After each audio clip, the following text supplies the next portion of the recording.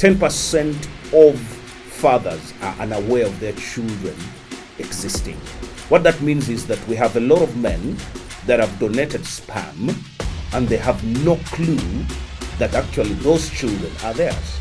40% are aware of the existence of their children, but they are not involved in their lives. Can you imagine that? 45% have limited involvement in the lives of their children. 5% are the ones that are involved. And for those fathers, we want to applaud them. What makes fathers less involved or have limited involvement, the 45? The issue of brokenness within us as men. You see, we have also grown up in an environment that has completely shattered us. So when our children want to connect with us from a place of emotions, we struggle with that.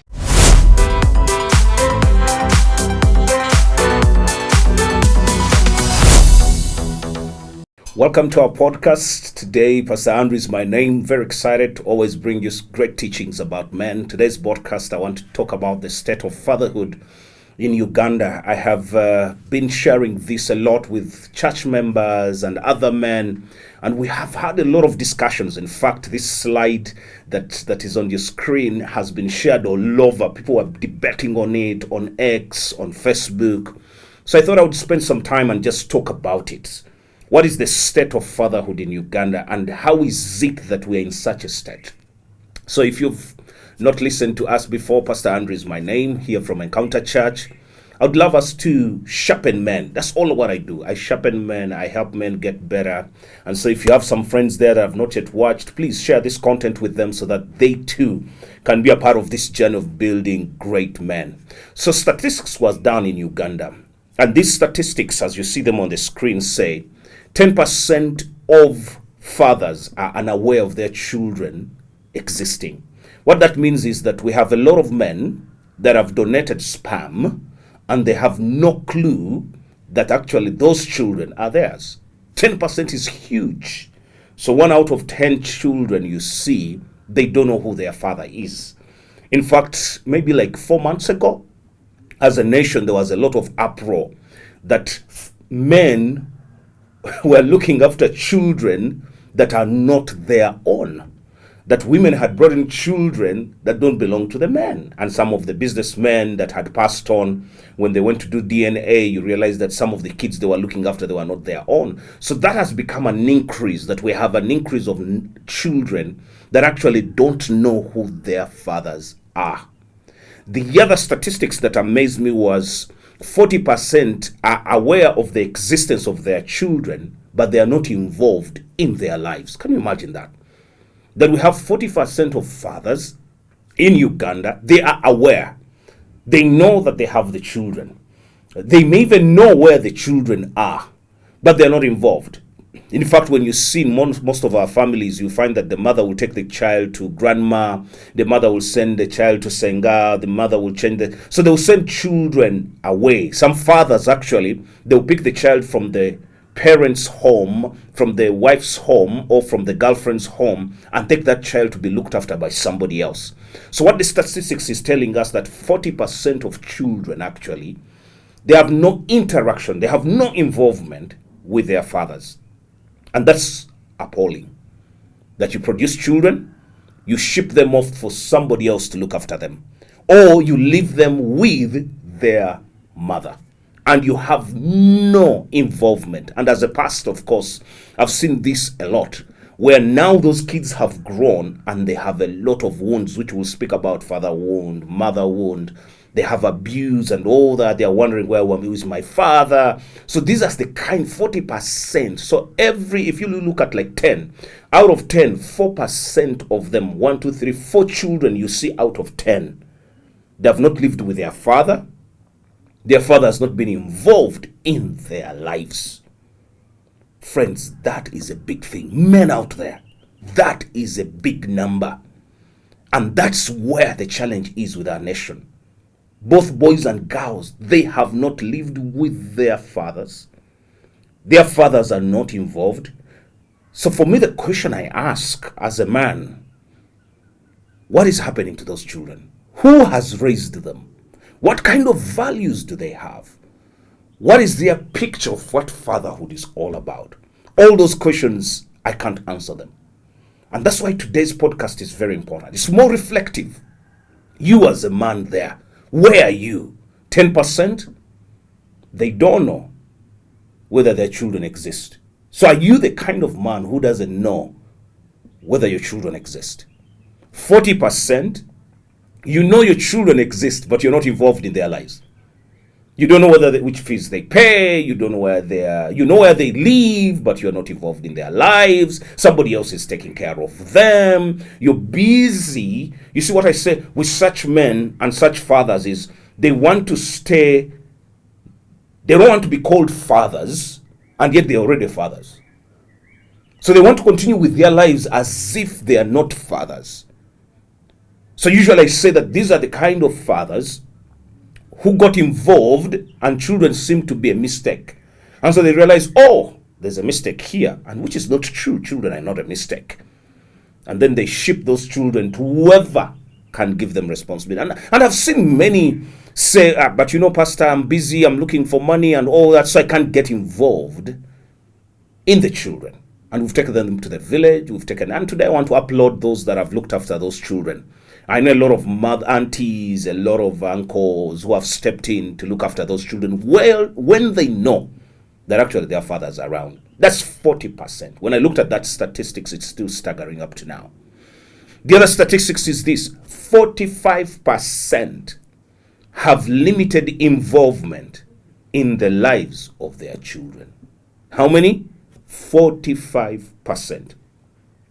45% have limited involvement in the lives of their children, meaning that they have no one to anchor them when it comes to the father and their children.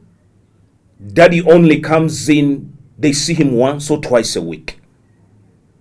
Daddy only comes in and pays school fees. And I want to applaud the fathers that have actually paid school fees. Because actually the 40%, the other 40% and 10%, that's almost 50%, they're not even being paid for school fees. So this 45%, daddy has limited involvement. And today I'm going to spend a lot of time on that. They have limited involvement. Then 5% are the ones that are involved. And for those fathers who want to applaud them, those are fathers that are waking up in the morning, they're taking their children to school, they're paying school fees. In the evening, they're there to see which homework is being done. They're disciplining their children. They're encouraging them. They're inspiring them. They're emotionally connected with their children. So that's only 5%. But you see, it's so amazing that Uganda is 80% Christian. But the statistics of fatherhood do not reflect the same statistics of our Christianity.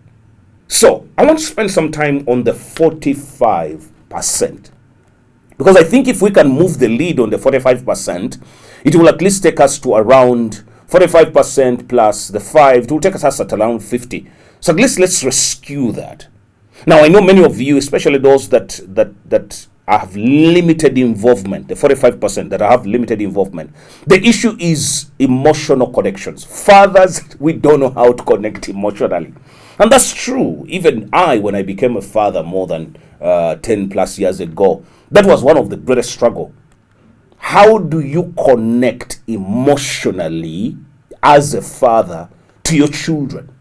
Because this 45%, they have limited involvement, meaning they're doing the roles of pay school fees, make sure there's food at home, make sure that they're at school, make sure that they are able to sleep, they have shelter. So you're giving them the basics.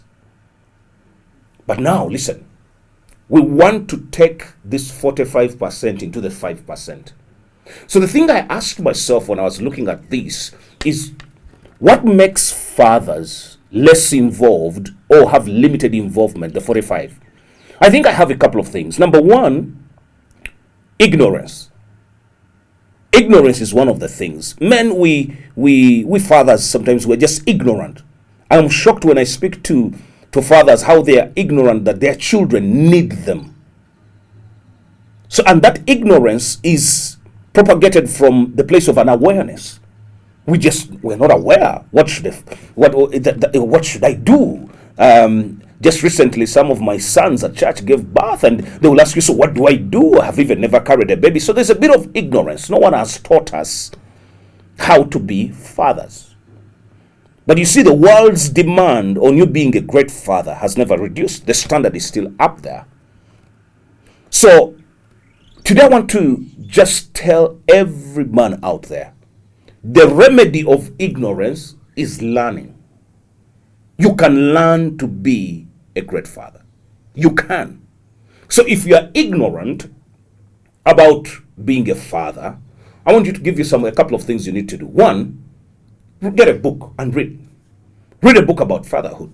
Just get a book and just open a book, go on the internet, open a good book about how to be a great dad or fatherhood and what does it mean, and just start reading. Because ignorance means that there is a gap in information. So the challenge is not being ignorant. The challenge is staying ignorant. So we all start from a place of ignorance on everything. We start from a place of ignorance. But then we renew our mind with good information so that now we know what to do. So there are fathers out there. You've just been ignorant. You don't know that actually you need to get fully involved. And when I say fully involved, I mean in their emotional life, especially emotional life, in their areas of provision, in their areas of their mental state. Where are they? Where are my children mentally? In their areas of academics, not just school fees, but finding out what's going on with my child. In their area of strength, what are the strengths of my daughter, of my son? In their area, in their area of spiritual life, are they reading the Bible? Are they studying the Word? Do they have morals? So those are the areas. Now, if you're ignorant that those are the areas you need to get involved in, now you know. It's time for you now to activate it. How do I do that? I want you to get a book. Number two, the cure of ignorance is go and do life with other men that are great fathers. You know them. And if you don't know them, go to a church around you. Go to a pastor. I pray that your pastor is a great father. Go to somebody around and say, someone elder, someone who has gone before you, and just ask them. Because if they have children who have gotten married, who are doing well, just ask them, what did you do? And start doing that. Because we have to cure the issue of ignorance. Because I hear many fathers saying, I didn't know. We can cure that. Get a book and read it. Go get a mentor or a father who has gone ahead of you. A man who has gone ahead of you. At Encounter, we have men that that we have married off their daughters, who have married off their sons, that have gotten married. So meaning they have been great fathers. We can see that they've modeled great fatherhood. And I encourage other men that don't know how do I father, to just go to those men and have a conversation. Let it not be just a one conversation. Let it be a conversation of 6 months, of 7 months. Walk a journey. But the second thing, because we're moving the lead from a limited involvement to a lot of involvement. So one is ignorance and the cure for it. Number two is the issue of brokenness within us as men. You see, we have also grown up in an environment that has completely shattered us. So when our children want to connect with us from a place of emotions, we struggle with that. We struggle with that. Your daughter wants to hug you. You're wondering, how do I hug my daughter? Your daughter wants to play with you. Your son wants to spend some time and hold your hand and move with you and say, hey, Papa, how are you? I want to be with you. I want us to talk about life. So you're wondering, how can I connect emotionally with my daughter, with my son, and yet I'm also broken? Brokenness means I have wounds. I have trauma. I have things I went through. And my daughter and my son is saying, I want to connect with you. He's asking you questions that are deep. So, Daddy, how do you handle anger? And yet you're still struggling with anger. So, Daddy, how do you deal with unforgiveness? And you want to give them a textbook answer, but you know deep inside you, you're also broken. So that they tell me how your life with your dad was. And frankly speaking, you don't remember that life. So they're asking you emotional questions, or they would love to connect with you emotionally, but you cannot. So what do? You put a wall. You put a wall. You show up every day at home and no one connects with you.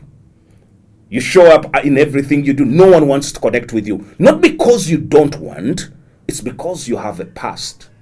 And the psychologist will tell you that the past will always affect your future if you don't deal with it. So what is the solution to that? Because I want to move that lead. I want this 40% to be actively involved. The solution to your past is to seek help. As a man out there, as a father, I want you to start seeking help. It is okay not to be well. I tell men it's okay to be not to be well. It's okay for you to have pain. It's okay for you to have a bad past. We can't change it. But again, we have to deal with it. We have to deal with it. Because if you don't deal with it, what will happen is it is blocking you from connecting emotionally with your daughters, with your sons. So what emotional baggage are you carrying as a man? It's time for us to share that, man. It's time for you to pour out. So where do I start? I hear men saying that, me, I'm a strong man, my past is past. No. The reason why you're struggling to connect, especially emotionally, which is the number one need our children desire us to connect emotionally, is because we have put a wall.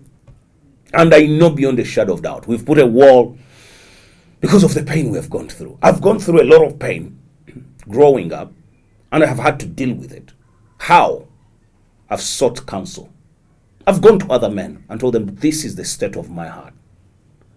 So I have a question for you as a man. What is the state of your heart? Is your heart okay? Have you dealt with your fears? Have you dealt with those demons that haunt you? Have you dealt with your father issues? Have you dealt with your mother issues? Have you dealt with your wife issues? Some of you actually, the mothers of these children hurt you. They rejected you. They ran away. They dumped the child. So all those are issues that affect the heart. And because your heart is affected, you hold it away from sharing your heart with your sons and daughters. So the solution to that is simple. I want you to do life with another man or other men. Here at Encounter, I encourage every man, get another man. This is not even the funny thing. This is an amazing thing. Jesus, you would expect him to be God, which he was. He would be he can do life alone. He's God. He doesn't need any other person. But what shocks me that Jesus had 3 men around him. 3 men around him. And out of those 3 men, at least one, John the beloved, was with him even to the point of death. In fact, when Jesus was dying, he decides to leave one of the most important people in his life, his mother, to John. He says, John, look after my mother. When Jesus was in the Garden of Gethsemane and he was having, issues, the pressure was on. He knew he was going to take on the cross and all that. He had all those men around. Why? Because we can't solve heart issues alone. We can do it with another man.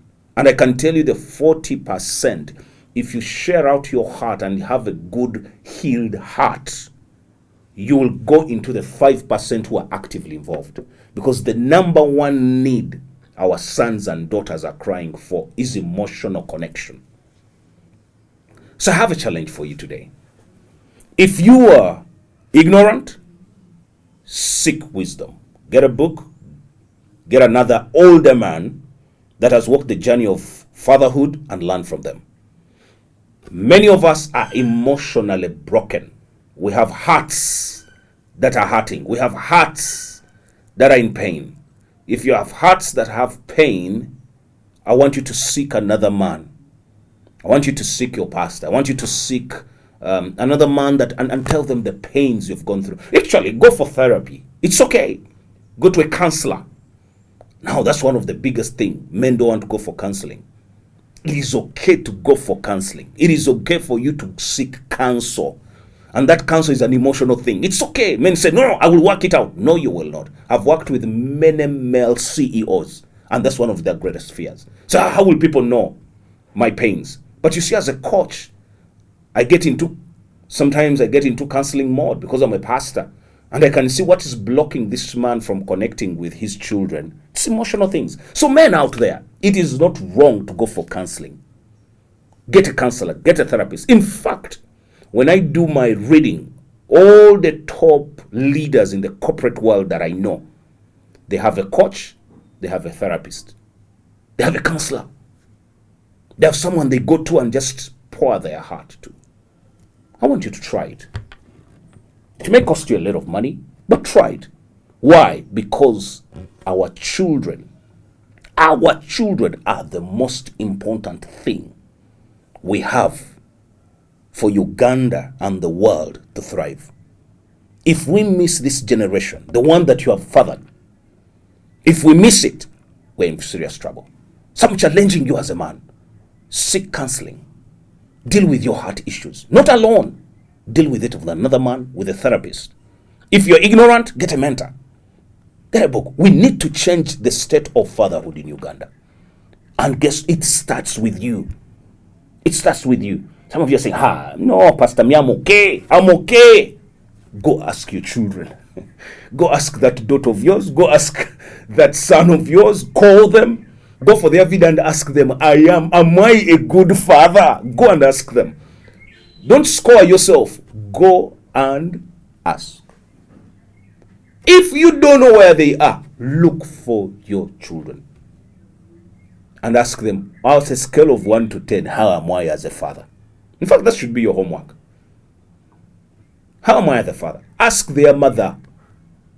Ask their mother. How am I as a father? Scale of 1 to 10. They will tell you. And when they tell you, instead of shouting and doing that, no. Take the feedback in. Feedback is food for the champion. And then work on that feedback. From us here at Encounter to you, we want to say we love you. We are committed to building you as men. Today, this podcast was for the fathers.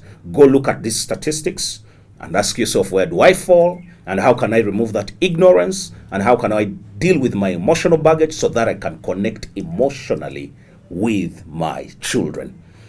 This year, I want you to be the greatest father that has ever existed. That's one of my greatest goals every year. New Year resolution, I want to be the greatest father my sons and my daughters have ever seen. So from us here at Encounter to you, we want to say we love you. Bye-bye. Please click subscribe to this YouTube channel so that you can get more of this information. Share it with other men. Challenge other men so that they can be great fathers. When we build a nation that has great fathers, I can tell you our sons and daughters will be the best that God created them. So from me to you and the entire crew here, God bless you. Have a great time.